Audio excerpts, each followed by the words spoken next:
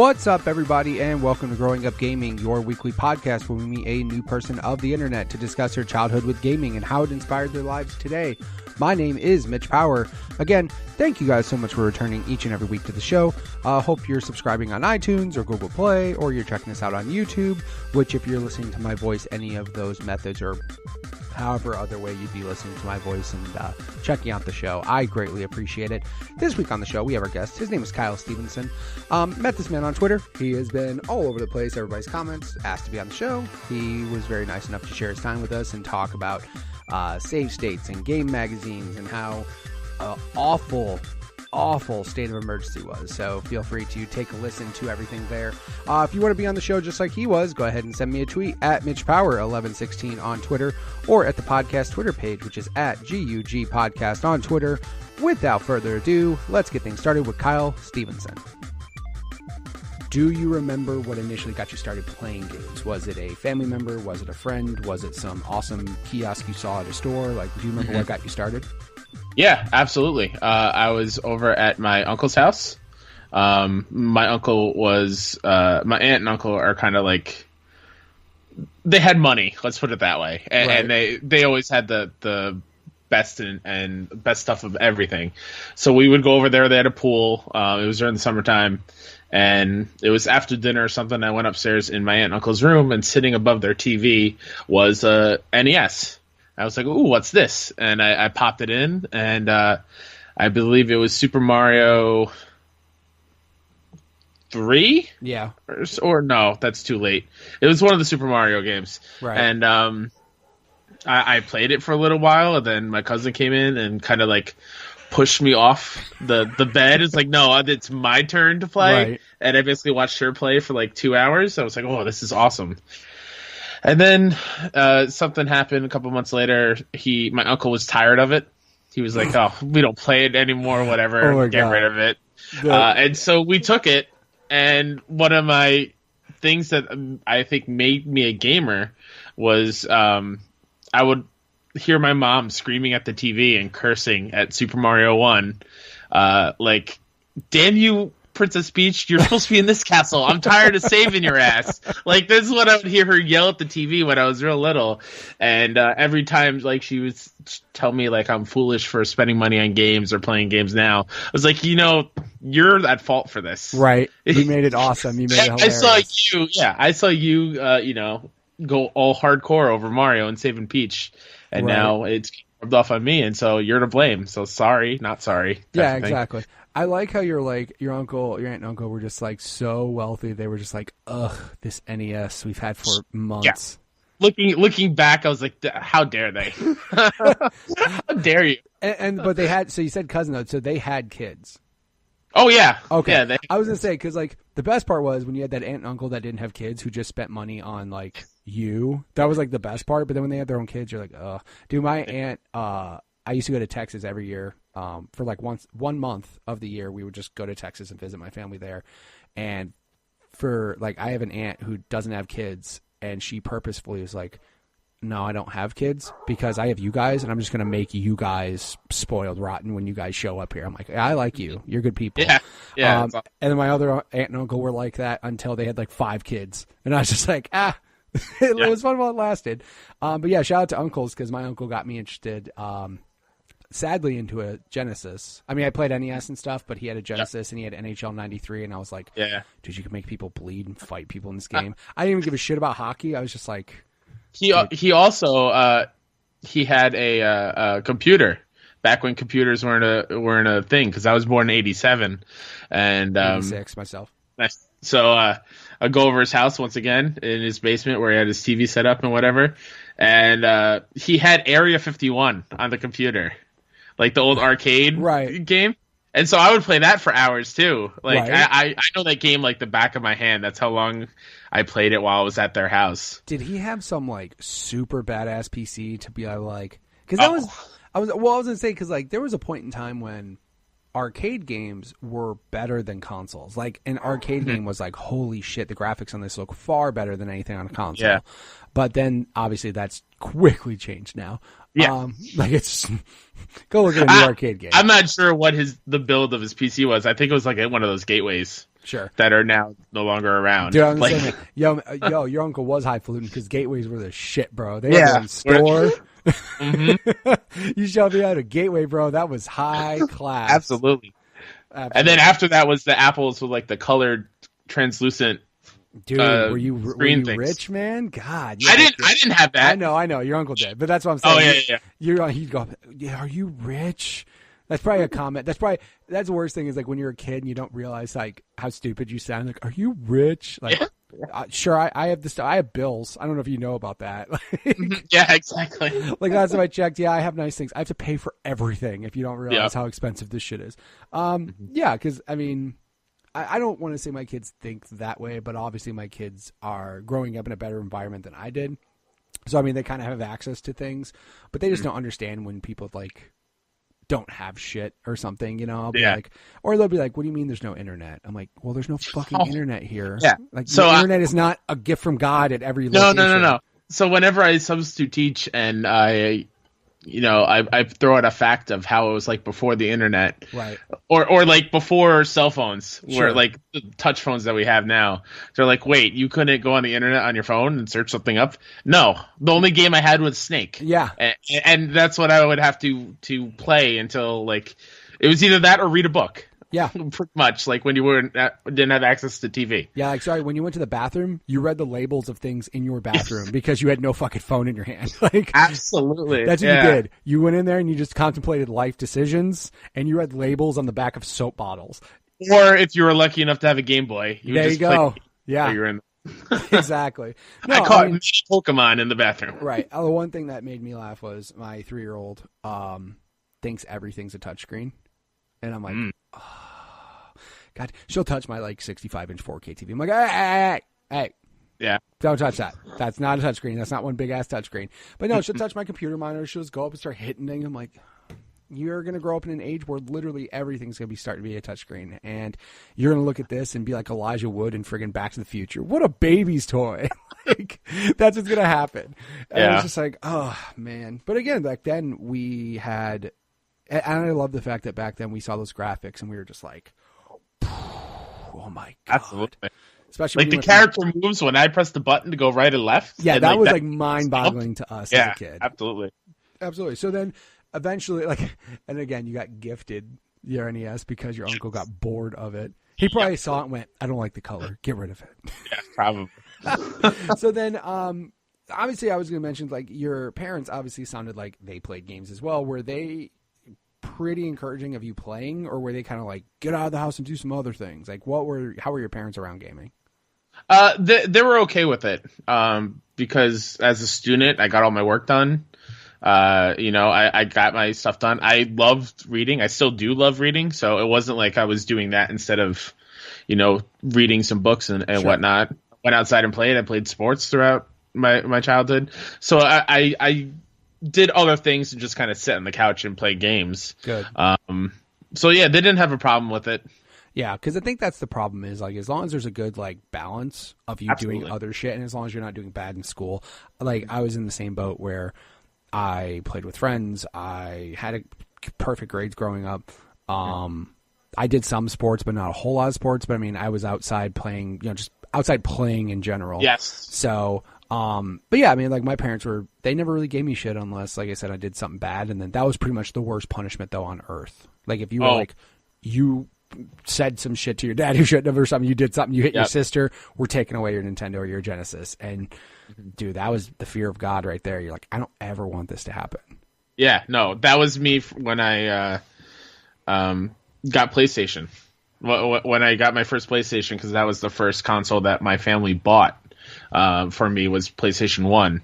And so when I got that, and I was old enough to I was responsible for chores and whatnot. And if I missed taking out the garbage or vacuuming that Saturday morning, PlayStation was gone for the whole weekend. And that sucked. Yeah. When you're a kid, bro, and like, that's your weekend fun and that shit's gone. Like that's no bueno. What's even worse. And I got into it with, not into it, like we didn't fight over it, but Trevor Starkey on Twitter, we were talking about what it was like back in the day when parents would get mad at you and try to take your games away. My PlayStation was hooked up into the outlet that the light switch controlled.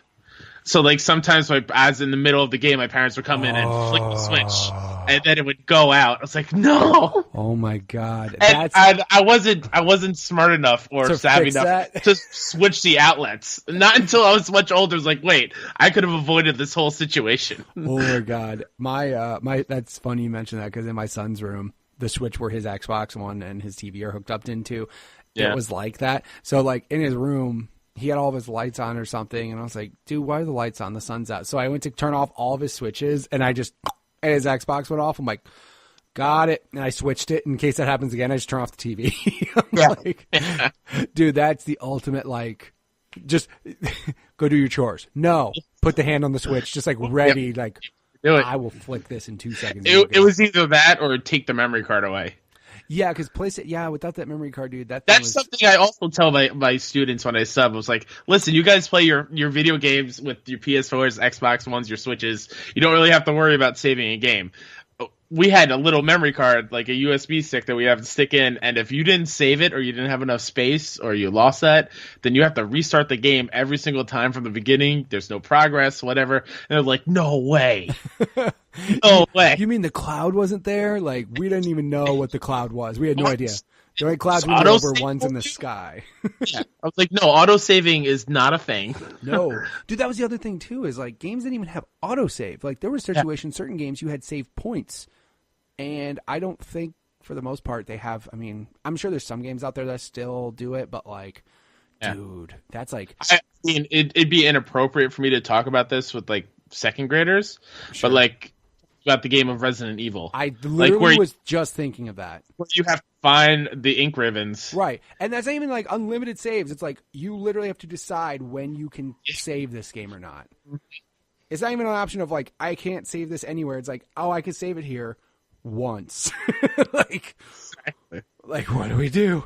Yeah, that's funny. As soon as you said that, immediately I was like, ink ribbons. Fuck you, ink ribbons, because you'd be so mad. You'd run around. That would almost be better than finding ammo. You were like, yes, run, just find a typewriter. Same thing like when you played an RPG and like looking at when I was younger, I didn't realize this was a thing. But like they always put save points before like a major boss battle or something.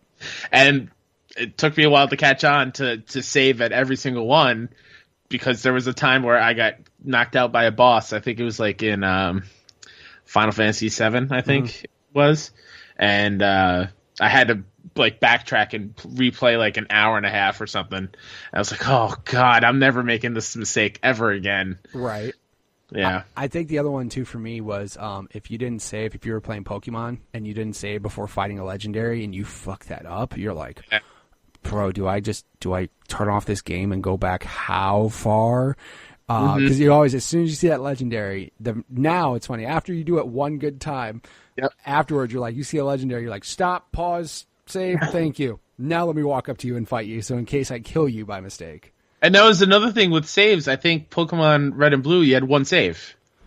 Yeah, as far as like you had overall. to override it. Yeah, you had to override it, yeah. And dude, I still think Pokemon games are that way. Like, I don't... Are they really? I think they are, like, which is bold, I guess. Yeah. Like, yeah, sure.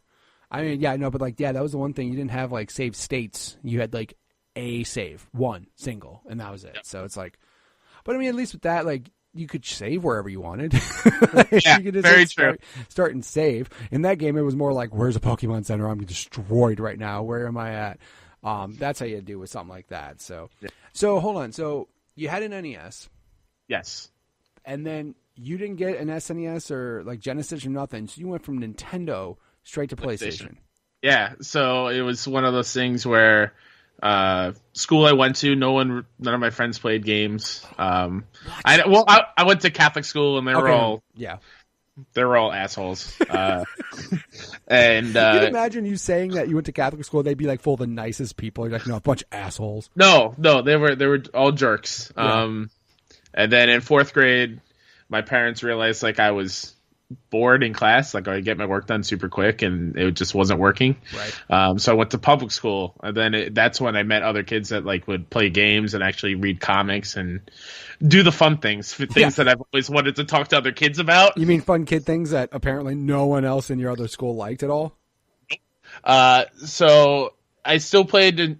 I still only had Nintendo at my house. I ended up getting a Game Boy, I think around second, third grade. And then it was back when Blockbuster was a thing, and I would go and another thing kids don't understand is like you could rent the system.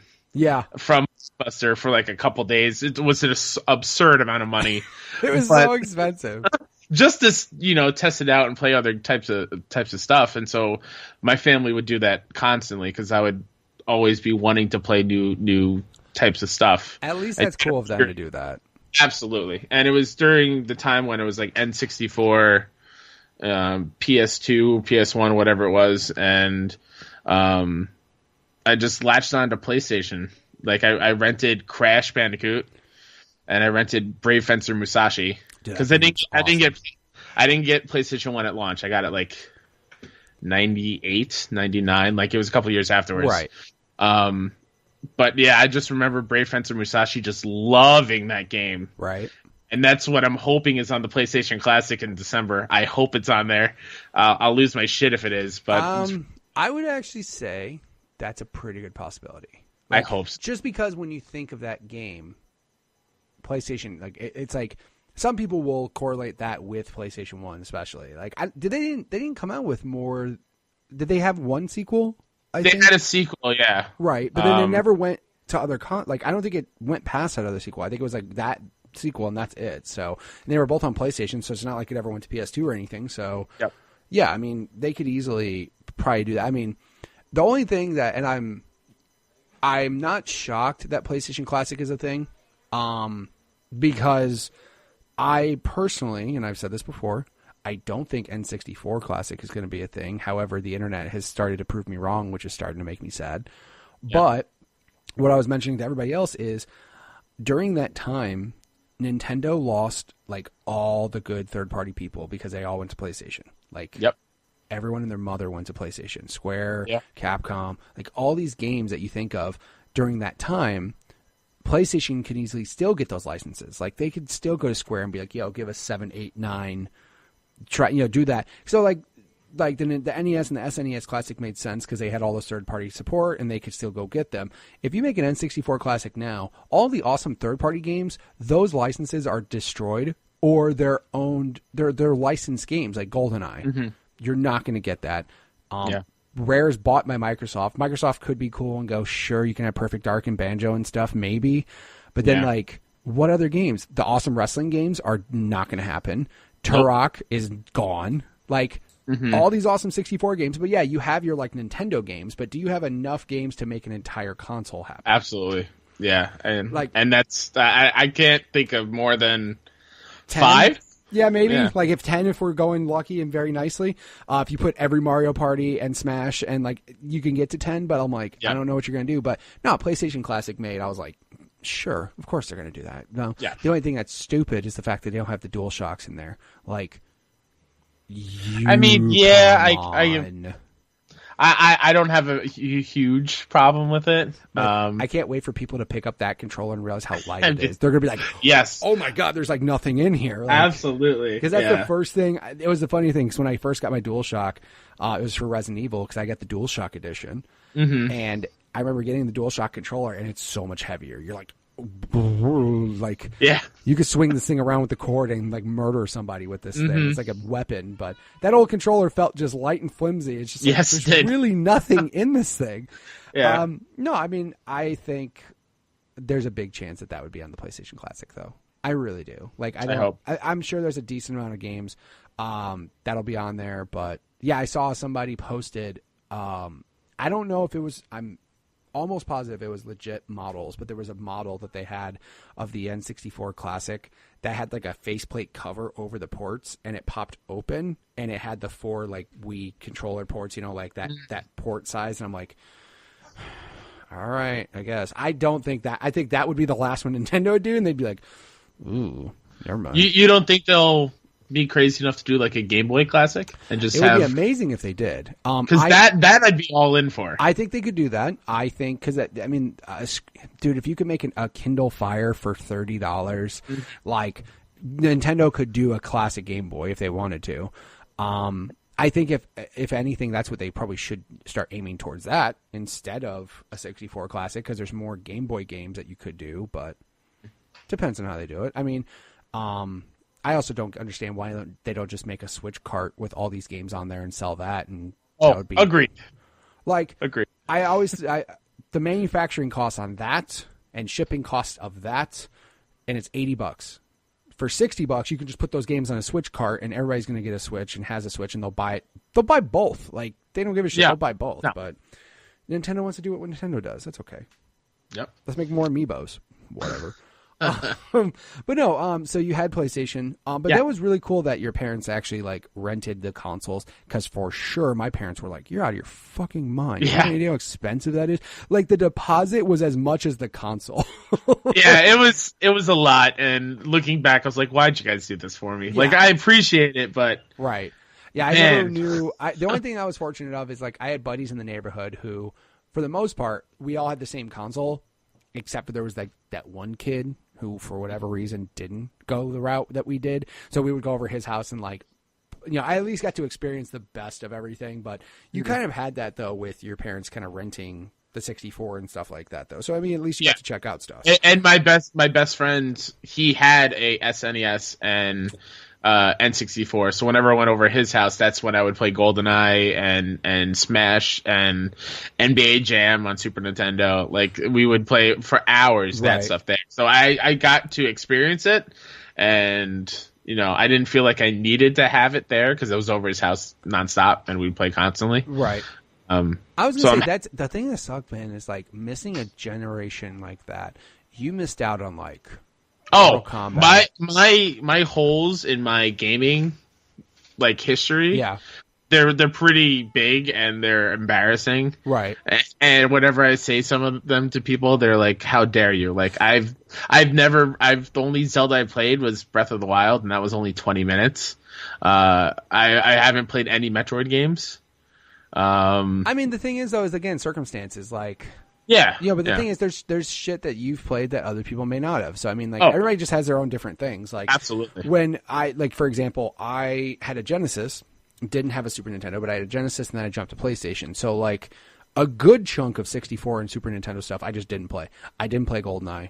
Period. Mm-hmm. I didn't play Perfect Dark. I didn't play Chrono Trigger. I didn't play any of the Final Fantasy games that were on Super. Like, all those people got the NES or SNES Classic and like fucking freaked because all these. And again, it's like, if you really want to play those games, it is literally one of the best compilations of games probably ever. Like, it's insane that the level of games that are in that package for $80 and how everybody's like, this is like, some people that's like top 10 for their entire life. Like, Secret of Mana, Chrono Trigger, Mario RPG, Mario World, just like all these games. You're like, Jesus, that's a really good thing. And then you get Star Fox, which is fucking trash.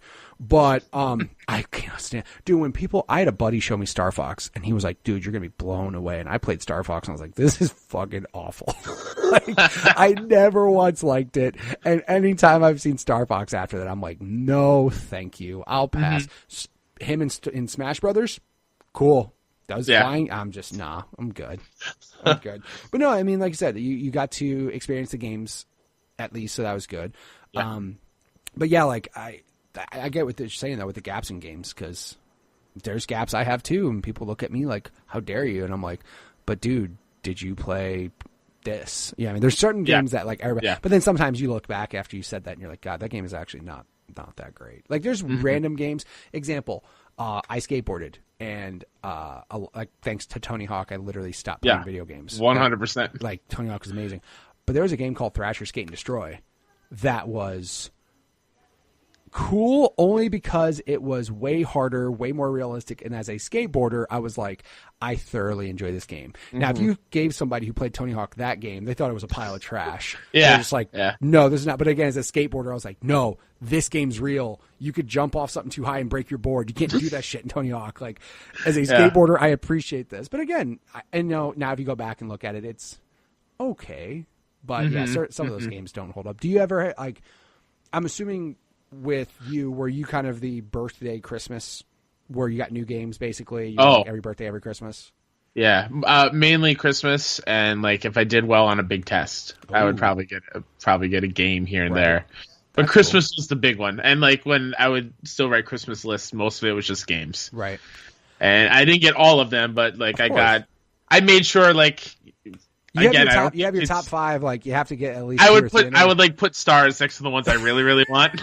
And that's another thing. I don't know if kids do that anymore, which is sad because that's so great. My kids, they do. All right, that's awesome. I made my kids. I'm like, hey, I need lists because here's the thing: Grandma and Grandpa still operate on lists. So I'm like, hey, we need lists here. Now, what's funny is as soon as they gave me the list, what did I do? I went on Amazon and made their own lists because they have their own lists on Amazon. So I'm just like. This, and I can just share that with people and like no, but Grandma's like no, I want a list. Yeah. I'm like, but the worst thing is when I used to work retail and you would get that grandma that would come in with the list and go, I need Mario for PlayStation. I'm like, fuck. How do I explain that her kid's stupid and doesn't realize Mario's not for PlayStation? And how do I fix it? I used to get all the time. I'm assuming you worked at GameStop. I worked at Game Crazy. Crazy. Okay. There you go. Yeah, and then I also worked at Best Buy, but I gotcha. Yeah, I worked at GameStop and I would get that all the time. I need Mario for PlayStation. You stupid lady. That does not exist. Sorry, ma'am. Yeah. I feel like and to a lesser degree, today with the new Assassin's Creed game Odyssey, I feel like a lot of people are going to go in this holiday and ask for Assassin's Creed, the one that starts with the O, and last year's was Origin, and this year's Odyssey, and. That might not be happy. I don't know. The only good thing is Odyssey isn't on Mario Odyssey isn't on anything else, and Assassin's Creed Odyssey isn't on Switch. That's good. Like that's the only thing you can get away with. But dude, man. Or the worst is like a parent would come in and be like, "My son wants Madden. Let's just say 12." But 11 was half as cheap, and she's like, "I'm gonna get 11 instead." I'm like, "Dude, you're fucking your kid right now." Yeah. Like you were just like, you don't realize how upsetting that is as a parent when a kid opens up last year's Madden and goes, "Thanks." But mom, I already have this year. Right. But mom, this isn't the new one. Like, yeah, no, my kids they still do the lists. I will say as they've gotten older, the items are definitely just really expensive. Like there's just like games or just like super expensive shit. I'm like, you better have like 3 things on your list if you think I'm going to buy you. Like my son's like, I want an Apple Watch, and I'm like, you're funny. Oh. What is wrong with you? I also don't understand. I'm like, what do you need an Apple Watch for? You're like 13. Like I don't understand your need for this thing right now. So, did you ever get a game though that was like you fucked up and got a bad game?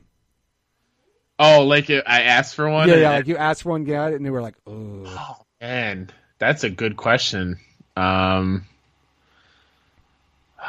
mean, maybe Jersey Devil? Oh, my God. I don't know. There's a couple, like, I mean, that's like a slap in the face. It's like, you wasted a game. Like, you wasted it. I got it. Okay. It was on PS1. It was PS2. It was a game called State of Emergency. Oh my God, that game was so bad. I was like, I believe it's a Rockstar game. Yep, it is. I was like, Rockstar makes great stuff. I love GTA. Let's get this one. And no, that game's hot garbage. That game, it came out after GTA 3. So people immediately saw Rockstar, Grand Theft Auto 3. That's what happened to me. And that's what happened to everybody. And I remember working at Game Crazy, and there was a fucking 100 State of Emergencies because no one liked that game, dude. That game was trash. I just remember running around, I think, in a mall. Sure. And it's pretty much all you did. And just beat up people. It's awful. And like, again, the hype of GTA 3 made people think that game was going to be your second coming to Jesus, like your next Grand Theft Auto. I mean, dude, the worst thing is, I'm sure, and fuck Rockstar for this, I'm sure every ad said, from the makers of Grand Theft Auto 3. Yeah. It makes business sense. I would do the same thing. It does, but then when you play that game, you're like, are you sure? Exactly. I don't think this is. I think it's a fucking lie. We might want to sue somebody. It was awful. Yeah, State of Emergency is one of those games. I remember getting a football game one year, but I got Game Day instead of Madden. Because I played it on some demo, and then like I remember playing it, and I'm like, I don't know about this one. Like, I think I fucked up. I think I could have picked a better game. The only thing I remember about Game Day, and this is so stupid, but I remember like looking at Madden going back and forth. Game Day had a high dive button where you could literally like hide. Like instead of a normal forward dive, you like jumped over like a goddamn bar. You went way higher over the pile, and I was like. I was trying to justify it. I'm like, well, Madden doesn't have a high dive button. I'm like, this is fucking stupid. Like, why do I try to justify this? Mm-hmm. State of emergency. That's I bet you if I asked that question to 100 people, 50 would fucking say state of emergency. I'm sure. Like half of the world would say state of emergency. That's your game. But yeah, so dude. State of emergency. That brought back like flashbacks of like sorting games at Game Crazy. And dude, I remember State of Emergency being like $1 or $2 at the store too, because they were just like, please take these off our hands. And of course, people would come in to trade it in, and I'd be like, you're gonna get a quarter for this game, and they'd be like, it's worth it. Like, I can't have it in my house. It's bringing bad juju.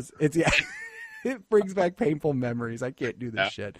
The other one too was funny is like, and I'm sure you can attest this working at GameStop, was like Madden, like 01 or something for PlayStation 2 was just abundant. It was just so many copies. And we got to a point where we were giving people like 10 cents and they were just like, I don't care. I'm like, exactly. I was like, please don't give me this. Like, just there were plenty of times when a customer would bring in Madden to trade and we're like, we can't take it. And they're like, why? Just give me a nickel. And I was like, no. We can't take it because in the back we have 160 copies and no one's buying this. We literally cannot take it in. Yeah, our inventory will tell you no. Exactly. We scan this in and it'll say throw it back at the customer. In fact, here's another copy and just take it. Right. We can't have this shit in here anymore. We gotta just take it out of our hands. Yeah. But no, I mean that working at game stores was fun too. But we'll get to that a little bit later. So you had PlayStation 1. All about that, and then I'm assuming, like you said, you were a PlayStation guy, so you kind of just went probably down the rabbit hole of PlayStation then, right? Yeah, and then PS2, got that pretty close to launch.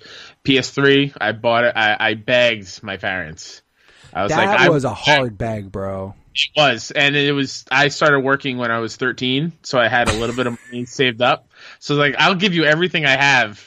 And if you could just cover the rest, and I'd be so grateful. And I ended up buying it, but I couldn't afford any games. So I had to wait like a couple weeks. Oh my God. I just I needed to get it. I need to be part of that conversation. It's still an issue that happens to me now, and I need to break that habit. And it kind of sat there. I would stare at it. I was like, ooh, this is pretty. Let me watch some Blu-rays and DVDs on it. Right. And that's all you could do on it. Exactly. It's hard to be part of the conversation though when they were like kids at school. Be like, I got games, and you'd be like, yeah, man, that game's cool. I don't know. I watched Ricky Bobby for the 5th time. Talladega Nights. That's right. Dude, but then my first two games for PS3 were Uncharted and Resistance. So I mean, you got some good ones at least. At least you didn't get some I started trash. off strong.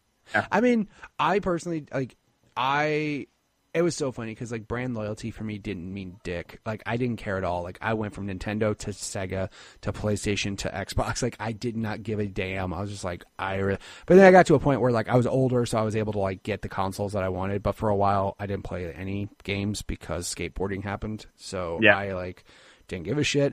But then when I got to now, it's I don't know. I think Xbox has kind of stuck with me since, just because Halo 2 Online is such a big part of me getting back into gaming and stuff, that Xbox, but now I have all of them because I almost feel you except for you console wars people, fuck right off. PlayStation better than Xbox. Xbox is garbage. Stop. No. PlayStation's garbage. It doesn't have 4K. Stop. Whatever. They all have good games. Just shut Exactly. And you know what's funny is I'm sure it happened back then. I know there's a book called Console Wars. I don't remember that shit.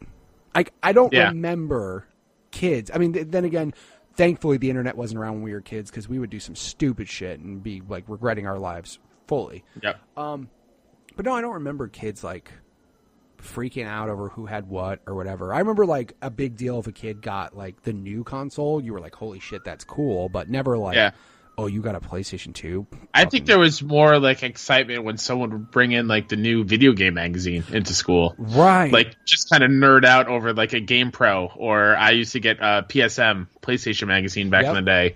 And God, that was a good video game magazine. Dude, that was a good one. Back then when they gave a shit and like when that's how I got my news. Yeah. I was like, let's see what's coming out next or soon. And oh my God, I used to devour those, read them cover to cover. Yeah. Like I remember going to like grocery stores and like, I was like, Mom, I'm not walking with you. I'm going to stay in this aisle and just look at EGM and shit and just like look at, and I mean, the funny thing is like magazines, which are still kind of like this now, are like 90% advertisements. But when you're a kid and it's a video game magazine, you love every ad.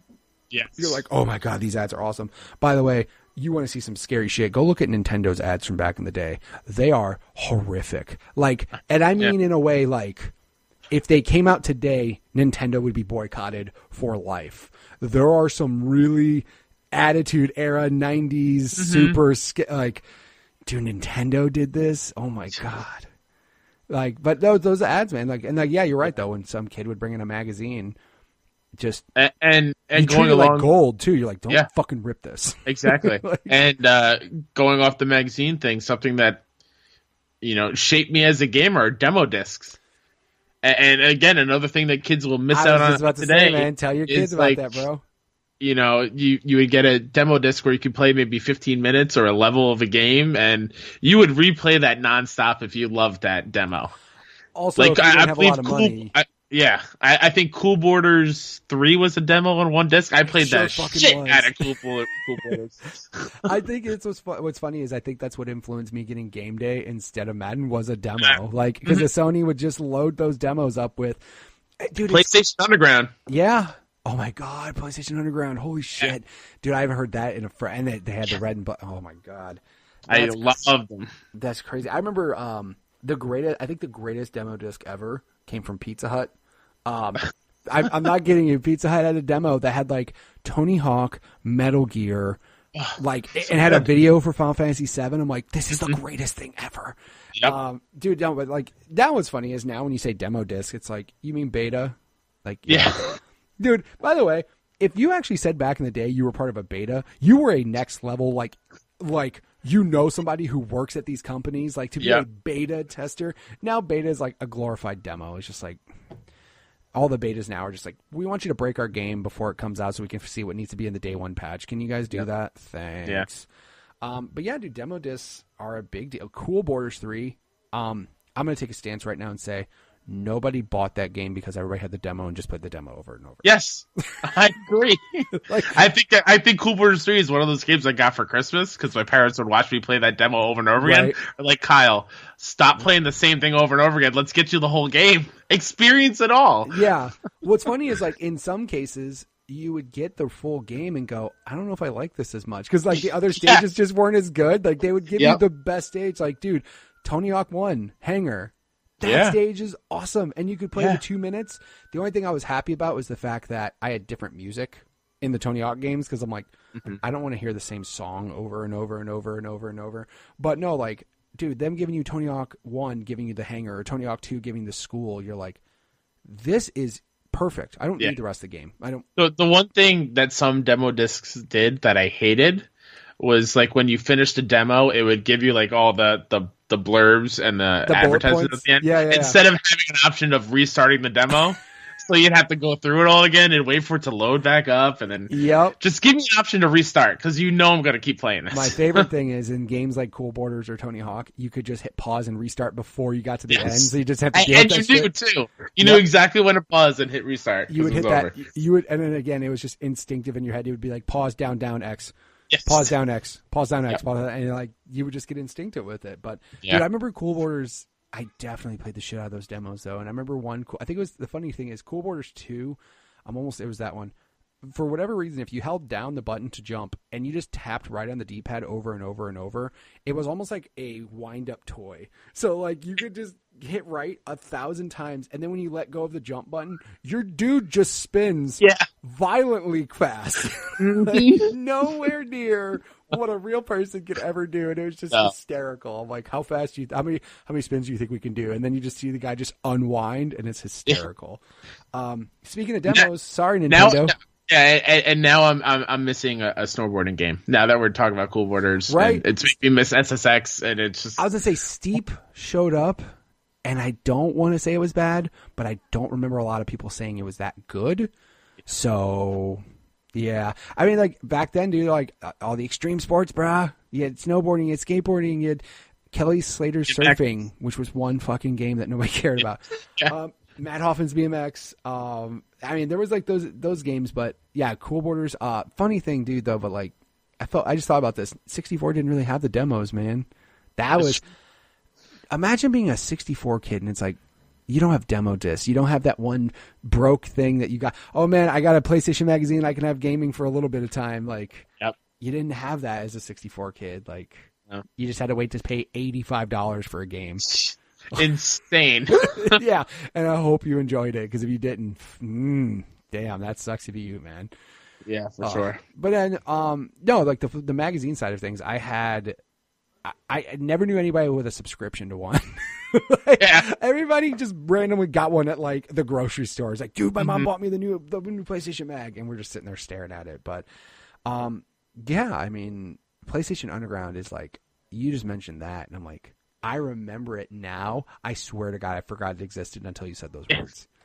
Oh God, that logo is still like ingrained in the back of my brain. Yeah, and they had like the coolest demos. Like they were like, as a PlayStation, and I remember they sold like shirts and shit. Yeah, they certainly did. They had merch as like a mail-in order thing. Like, oh, by the way, make sure you tell your kids about that. We had to order things by mail. We had to like fill out a form with a check or a money order.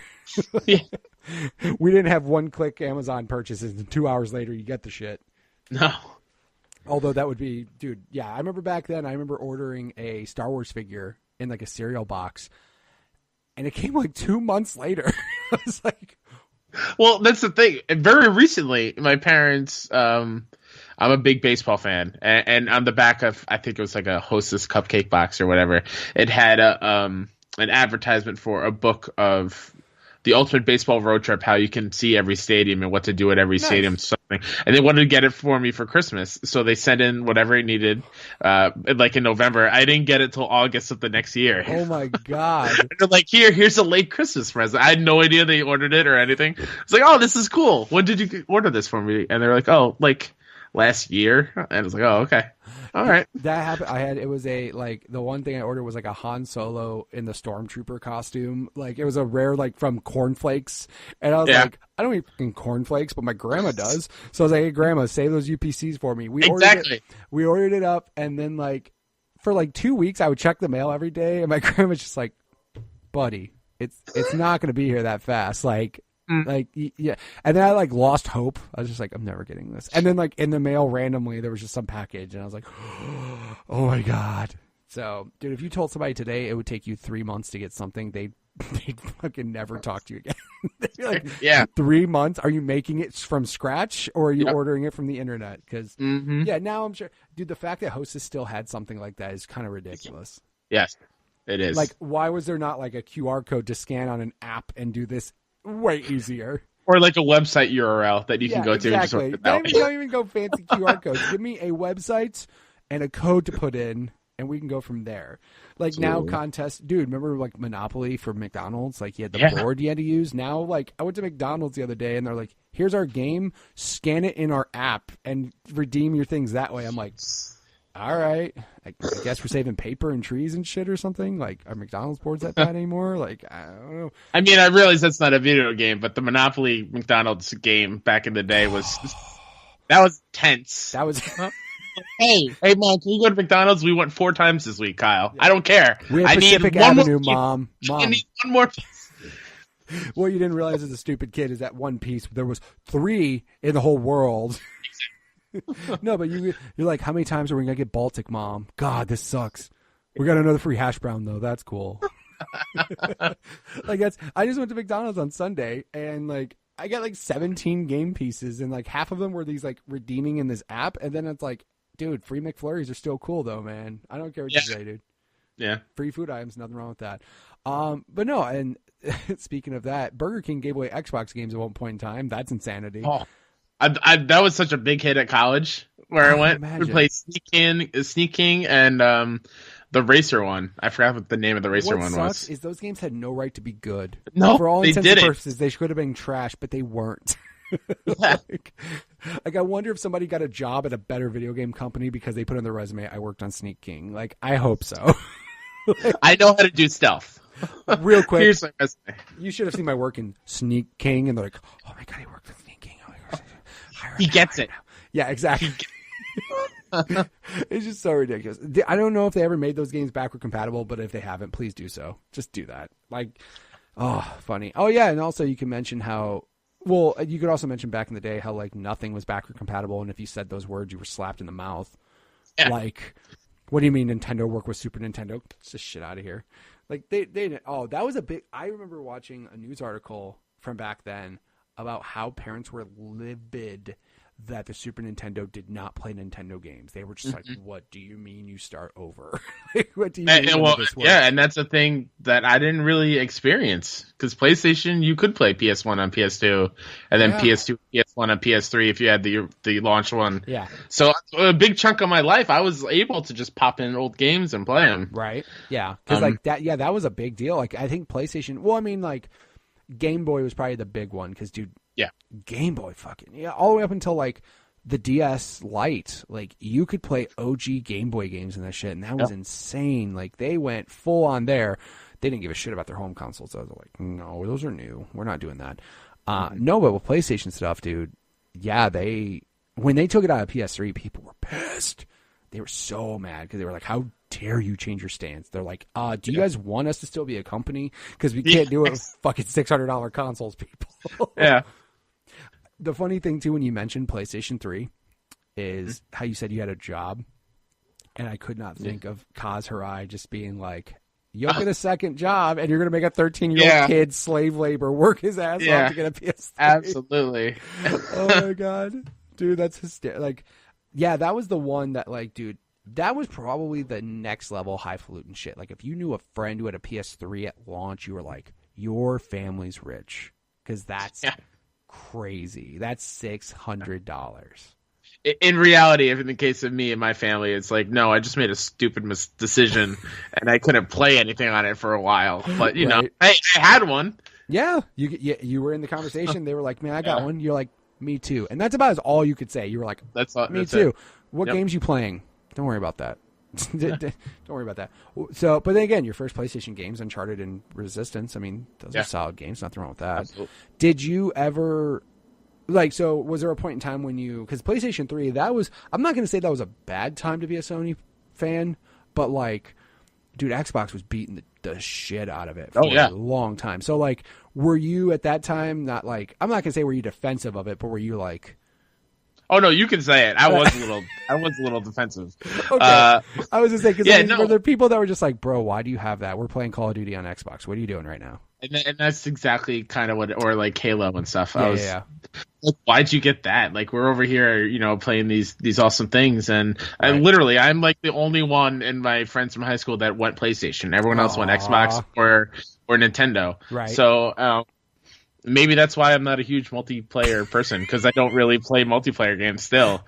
Dude, that I swear to God, that's probably a major contributing factor. Because like, I remember just playing on PlayStation because I played on Xbox, and like Xbox 360 Online was phenomenal, and they were doing all this cool shit. And I remember like my brother-in-law just hates Microsoft and was like, I'm Sony all the way. And I remember going to his house playing Call of Duty on PlayStation 3 and destroying the fuck out of people because they just did not realize the level of competition that was on Xbox compared to PlayStation. Yeah. So like the first time I played with him, I just mopped the floor with all these PlayStation people, and I'm like, man, that's how I feel with Fortnite and Switch.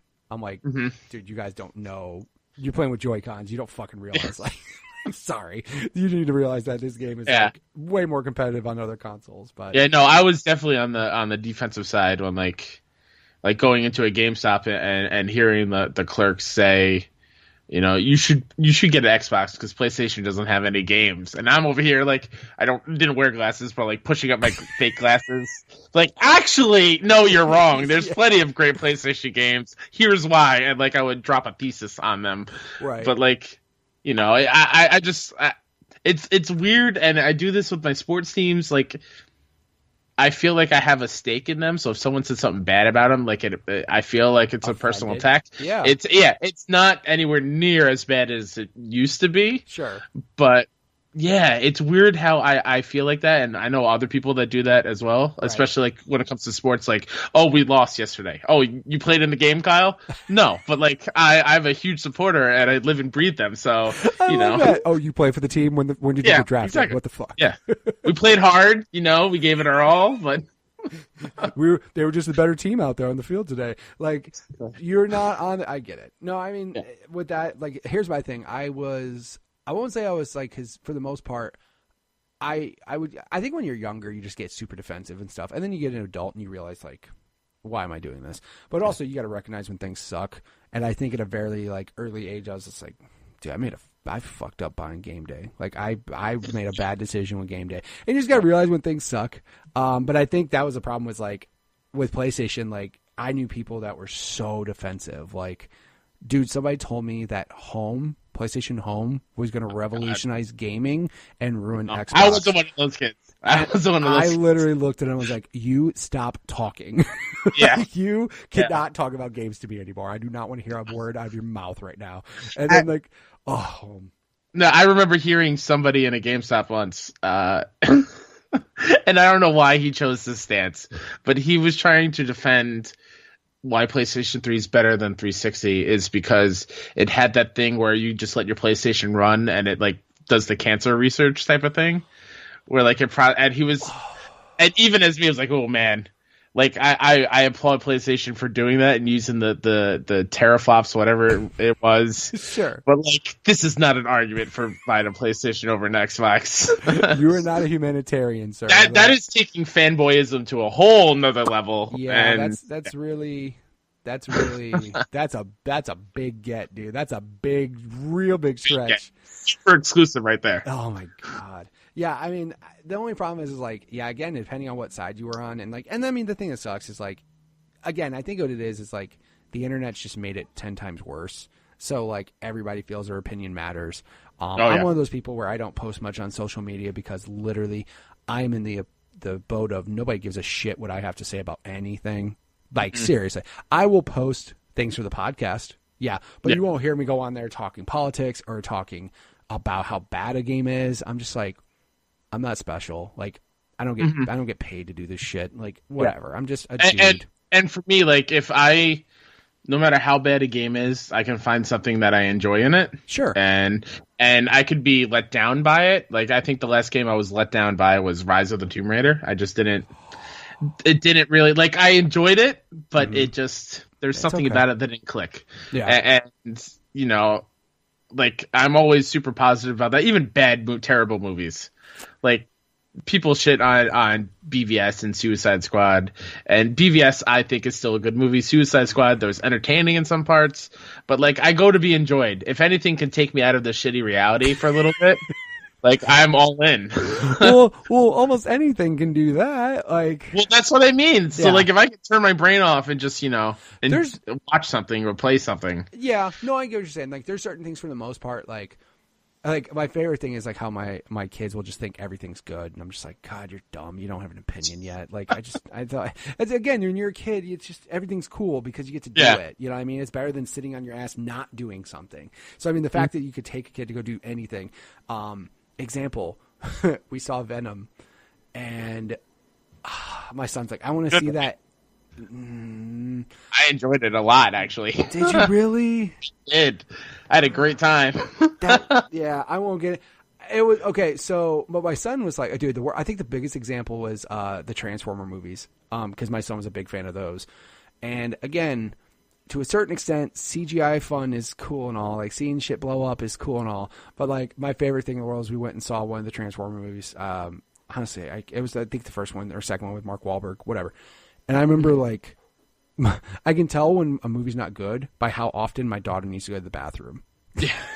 My daughter's like, I have to go to the bathroom. I'm like, I'll take you. Let's go. Yep. I don't give a shit. Yeah. Like, I don't care to see this movie. Let's go. I remember taking her out, and I was like, okay, this movie's almost over. And I looked, I'm like, there's another hour? What am I doing? What? How are you going to do another hour of this movie? And then somehow they did, and I'm like, ugh. But I've gotten to the point now where with games, I don't have time to put into shit. Like, if I am not enjoying a game, I will stop and just be like, I've made a mistake.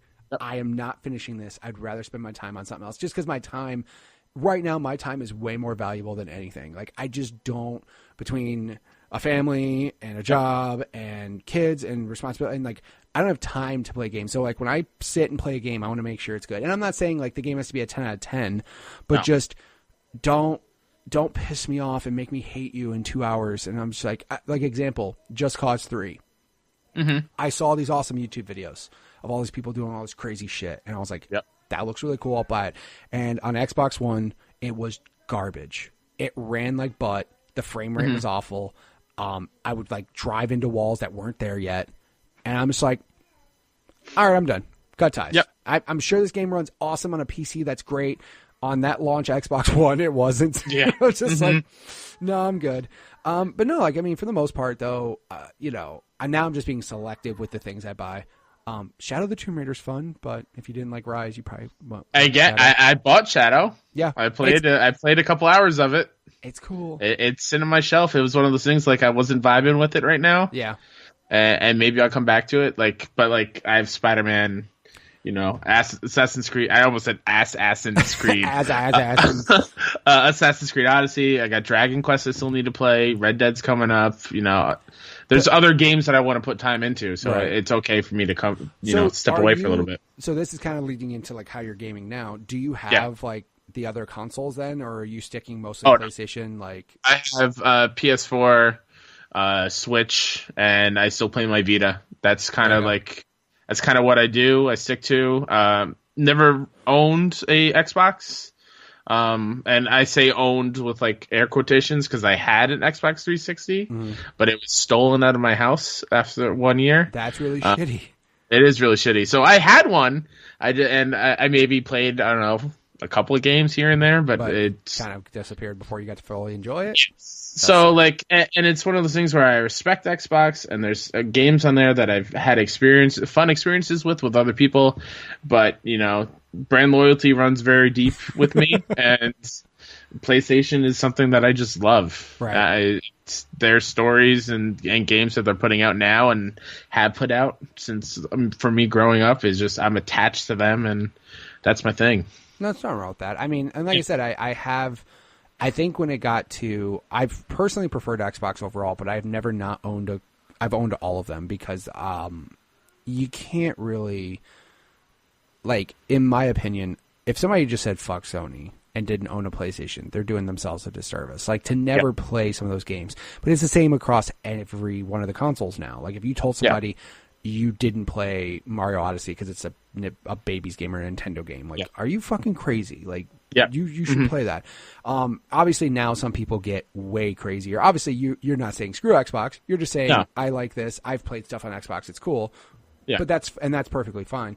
That's what's funny is like, because that's kind of what my PlayStation machine is like, literally Sony exclusives, Horizon, God of War. One thing that this makes people weird. I didn't buy Spider-Man, not because I didn't think that game looked flat out incredible. It's because Shadow of the Tomb Raider came out a week later and it had a $10 certificate at Best Buy. Sorry. That took precedent and priority because I was getting it cheaper totally and Tomb Raider's awesome. And I was like, yeah, I'll do that. I'm literally waiting for Spider-Man for Black Friday because I've gotten to that point though where I don't buy everything day one. Like there's no need for me to buy games if I'm not going to play them right away. So I usually hold off for Black Friday. However, I started Assassin's Creed, which is a mistake because that game's like 45 hours or something ridiculous. And then Red Dead's Friday. Yeah. And I'm like, I fucked up. Like, I shouldn't have done that. I should have just stopped playing Tomb Raider and just played Fortnite until Red Dead came out. So, like, as we're recording this on Monday night, in a half an hour, I get to play Spider-Man DLC. So, like, I'm super excited for that. But then I have Odyssey, like you said. Red Dead is this Friday. Mm-hmm. I have meaty RPGs on my shelf that I still need to play. So and I've almost given up that franchise as a whole just based off of my time to play games. Like, I just don't have to. Dude, when somebody's like, Persona 5 is 90 hours for main story, I'm like, that sounds awful. Like, that doesn't sound fun to me. And that's a game that I played a ton of. I put many hours in, and then it just, like, summer job came up, working my ass off of there. I just kind of had to stop, and I haven't gone back to it, which sucks because I had a lot of fun with it. Yeah, but it's one of those things, like, you have real life responsibilities. You got to do that, and it's there if I need it. Yeah, exactly. So, I mean, and that kind of leads into today. So, gaming habits today. I mean, obviously, you're a substitute teacher. You're working, doing all that. But, I mean, are you gaming, like, do you still get time to sit and play big chunks of games? Or are you kind of like an hour here, hour there type of guy? Like, what are you doing now? If it's a game like Spider-Man, which I played through every waking minute of that release, right. After it was released, I'll do that. I'll kind of like hide away and play chunks of that. Other than that, though, like you said, I substitute teach. I come home. I have 3 nieces that I help take care of, and they go to bed by 8 o'clock every night. And by that time, I'm wiped. Yeah. So it's a weird thing that I've never thought of, but as I'm getting older, like, it takes a lot of energy for me to play a game, and I want to make sure that my focus is there, because I don't want to half-ass it, right? And actually enjoy what I'm playing. So there's times where I want to play a game, but I'll just kind of sit there and just chill, right, and kind of decompress. Yeah. And there's other times where the moment I come home from work, or the moment the girls go up to bed, I'm immediately pressing it on and hopping into a game. So it depends on how my day was, but I prefer, like, when I play a game, I'm playing for like a couple hours. Yeah, and that's kind of an hour here and there. Yeah, the problem with me is, like, that time, like, the time to sit and do uninterrupted gaming is almost non-existent. So, like, for me, like, it sounds really bad, but, like, if somebody's like, a game is 12 hours long, I'm like, fuck yeah, that's awesome. Like, I can play it for like 45 minutes here, an hour here, and get it done. Like, games, like, one thing that actually turned me off and it kind of bummed me out was Assassin's Creed Origins was phenomenal. That game is really big.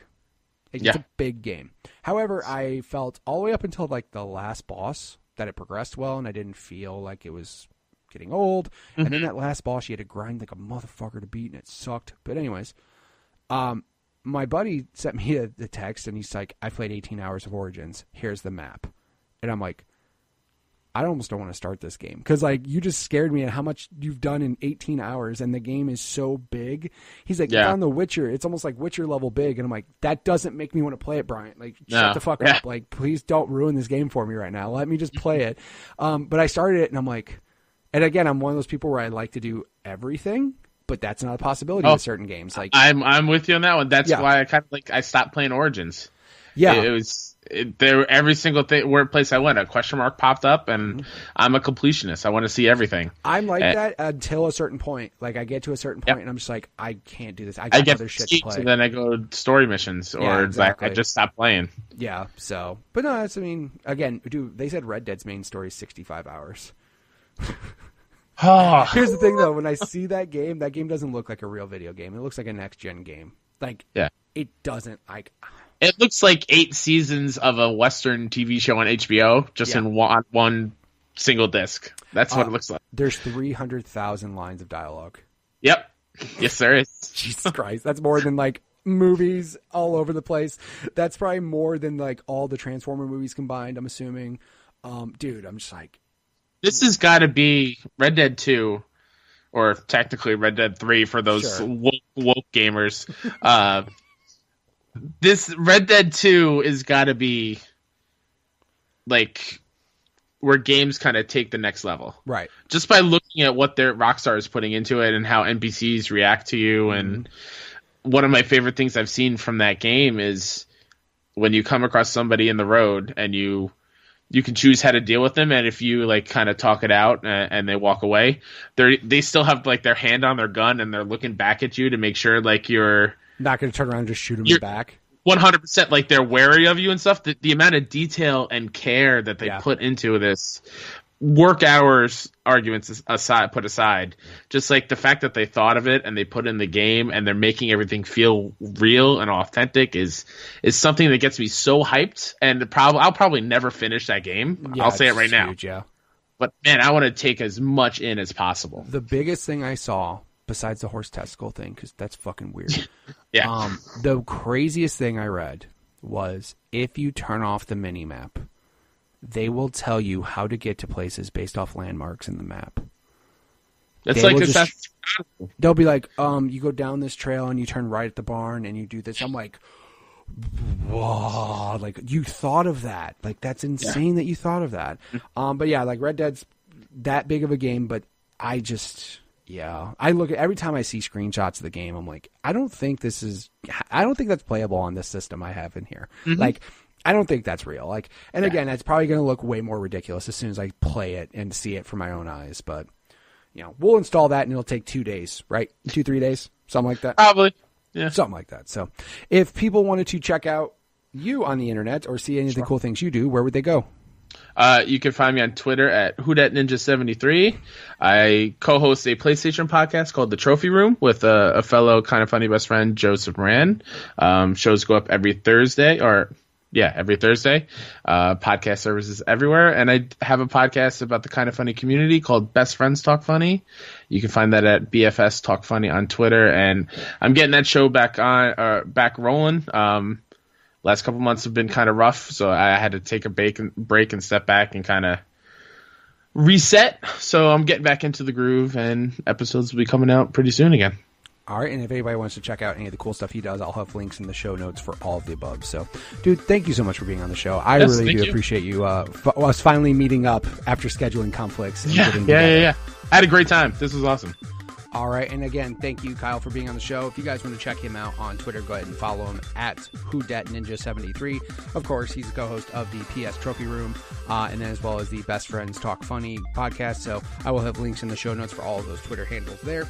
Of course, if you guys want to check us out on YouTube, you can go ahead and follow the show. Just search up Growing Up Gaming on YouTube, where you could listen to the show with your eyeballs and face, because that's how that works. That's how I read that on YouTube somewhere, that people listen with their face. Of course, if you also want to check out the Facebook group, Growing Up Gaming, just search that up in Facebook. You'll find the group there. Of course, feel free to leave a comment on my Twitter. Feel free to leave a rating on iTunes if you think the show is good. If you think the show sucks, also tell me there too, so I don't get too big of an ego. I see all these downloads and I just get so excited. Not really. I mean, I don't know what's big or good. Whatever. I mean, if you guys are listening to the show, that's all I care about. Thank you guys so much for returning. Leave a review on iTunes. Leave a rating on iTunes. Share it with a friend.